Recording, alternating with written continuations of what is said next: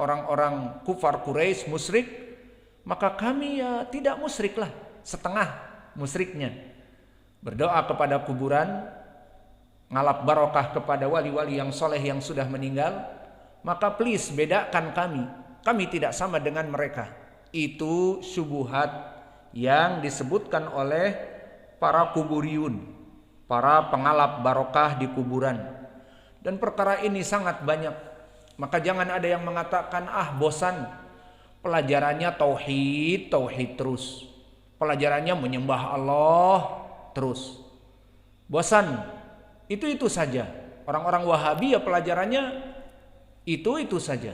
Maka kita jawab, selama di muka bumi ini masih ada yang ngalap barokah dan datang kepada haulnya para orang-orang yang meninggal dan meminta doa dan tawaf di kuburannya dan membawa bunga-bunga setaman dan membawa sembelihan-sembelihan untuk disembelih bagi wali-wali tersebut, maka pelajaran tauhid akan selalu eksis di mana-mana di muka bumi ini.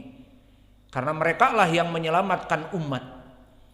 Dan berapa antum lihat jika antum berada di tempat-tempat wisata religi, misalnya di tempat masjid yang ada kuburan dikeramatkan di dalamnya, atau bisa jadi di suatu desa yang terpencil, kemudian di situ dibuat pesanggerahan dan ditulis padanya makam wali fulan 100 meter, 200 meter, dan dikunjungi.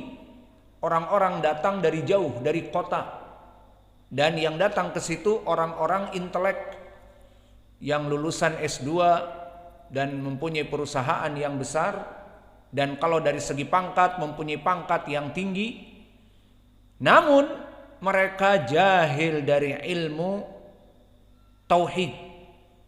Maka antum melihat berapa banyak dari masjid-masjid yang di sebelahnya ada kuburan yang dianggap wali, orang berdatangan, bahkan menggunakan bis pariwisata dari luar kota. Maka ini sangat miris. Dan jika antum mungkin melihat di Facebook, di media sosial, ada potongan-potongan dari ibadahnya orang-orang kuburiyun, bahwa mereka mempunyai gerakan-gerakan yang baru sekarang, tidak ruku, tidak sujud di depan kuburan-kuburan mereka, kuburan-kuburan para salihin.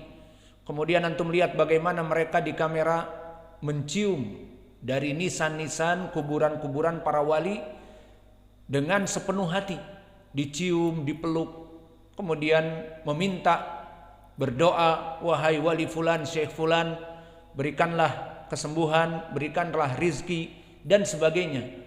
Maka ini menandakan bahwa pelajaran-pelajaran tauhid harus tetap eksis ada. Karena kejahilan kepada permasalahan tauhid itu masih banyak, dan mereka notabene ngakunya adalah kaum muslimin, dan parahnya mereka salat dan mereka bersyahadat asyhadu alla ilaha illallah wa asyhadu anna muhammadan rasuluh abduhu wa rasuluh, bahwa aku bersaksi tidak ada sembahan yang hak kecuali Allah. Tapi mereka melaksanakan salat untuk Allah dan berdoa kepada wali-wali soleh, berdoa kepada habaib yang sudah meninggal dan menyembelih untuk mereka. Maka kaidah yang ketiga ini jawaban bagi syubhat mereka. Maka bagaimana wajah bantahan kepada mereka dari alinea ini, di mana mereka mengatakan kalian ini Wahabi menyamakan ibadahku kepada para wali dengan ibadah mereka orang-orang kufar Quraisy kepada pohon-pohon dan kepada batu-batu dan rembulan dan yang lainnya. Maka bedakanlah, kami ini tidak seperti mereka. Maka wajah dari bantahan di dalam alinea ini, bahwa rahimahullah mengabarkan orang-orang kafir yang musyrik di zaman diturunkannya Nabi Muhammad, maka mereka itu bermacam-macam dalam peribadatannya selain Allah. Maka di antara mereka ada yang melaksanakan peribadatan kepada makhluk-makhluk yang diciptakan oleh Allah seperti batu besar dan juga pohon-pohonan. Seperti Allah berfirman di dalam surat An-Najm, "Afara'aitumul Lata wal Uzza wal Manata tsalitsatal ukhra." Maka bagaimana mereka melaksanakan sembahan kepada Lat dan Uzza dan yang ketiga Al-Manah.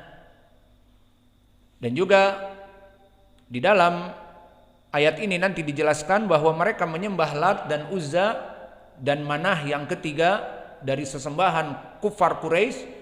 Mereka adalah bentuk batu menhir yang besar dan pohon-pohon yang besar. Dan pendalilan di dalam hadis dari Abi Waqid Al-Laythi bahwa Nabi Muhammad sallallahu alaihi wa ala alihi wasallam kharaja ila Hunain marra bi syajaratin lil musyrikin. Bahwa Nabi di saat perang Hunain melewati pohon yang dikeramatkan oleh orang musyrik. Yuqalu laha dzatu anwat. Pohon ini mempunyai keramat, kata mereka orang-orang yang mengkeramatkannya. Maka mempunyai tali-tali untuk menggantung senjata-senjata mereka, dan senjata-senjata yang digantung di sana akan setajam seperti samurai katana. Maksudnya diberkahi, pedangnya menjadi diberkahi, itu maknanya. Yu'allikuna 'alaiha aslihatahum, yang mana kelompok kufar musyrikun zaman dulu menggantungkan senjata-senjata di pohon itu dengan keyakinan dicas. Kabel-kabelnya mengecas sehingga mempunyai ketajaman dan kekuatan setelah dicas di pohon Dzatu Anwat. Maka dari para sahabat sebagian baru masuk kepada Islam dan imannya belum kuat. Faqalu ya Rasulullah, ij'al lana dzata anwatin kama lahum dzatu anwat. Maka wahai Rasulullah, alhamdulillah, yahdikumullah subhanakum. Maka wahai Rasulullah, jadikanlah kami pohon-pohon berbarokah seperti orang-orang musyrik ini mempunyai datu anwat, pohon barokah. Kamalahum datu anwat, seperti mereka orang-orang musyrik ini mempunyai pohon barokah. Berikanlah kepada kami, jadikan kepada kami juga kaum muslimin pohon berbarokah. Faqala Nabi sallallahu alaihi wasallam, subhanallah, hada kama qala qaum Musa ij'alana ilahan kama lahum alihah waladi nafsi biyadih latarkabanna sunanan au sunnata man kana qablahum, di riwayat shibron bi shibrin na'lan bi na'lin hatta walau dakhulu juhra dabbin la dakhaltumuh. Meskipun jika mereka masuk kepada lubang biawak, kalian pun akan mengikutinya. Maka maknanya di dalam hadis ini syahidnya bahwa kaum muslimin yang pada saat itu baru masuk kepada Islam, belum mengetahui bagaimana tentang permasalahan tauhid, meminta pohon-pohon barokah kepada Nabi, dijadikan seperti orang-orang musyrik datu anwat. Dan ini menjadi poin pendalilan bagi kita, wajah pendalilannya bahwa kaum musyrikin menyembah pohon, dijadikan pohon keramat. Dan poin pendalilannya di sini Nabi mengingatkan mereka bahwa kalian telah masuk kepada Islam tapi masih meminta seperti ini, seperti dulu kaum Musa. Dan kisah Musa di saat mereka baru diselamatkan dari Laut Merah yang menelan Fir'aun dan diselamatkan mereka dari kejaran Fir'aun, baru sampai mereka di dataran, maka mereka melihat orang-orang menyembah berhala. Maka mereka, kelompok Musa mengatakan, kaum Musa, ij'al lana ilahan kama lahum alihah. Wahai Musa, jadikanlah kepada kami sesembahan-sesembahan seperti mereka menyembah sesuatu yang dohir, karena Allah kan tidak terlihat, tapi seperti sapi-sapi yang terbuat dari emas atau apa saja berbentuk patung kan lebih mudah untuk disembah daripada misalnya Robmu wahai Musa yang tidak terlihat. Maka ini kata Nabi, kalian persis seperti kaumnya Musa.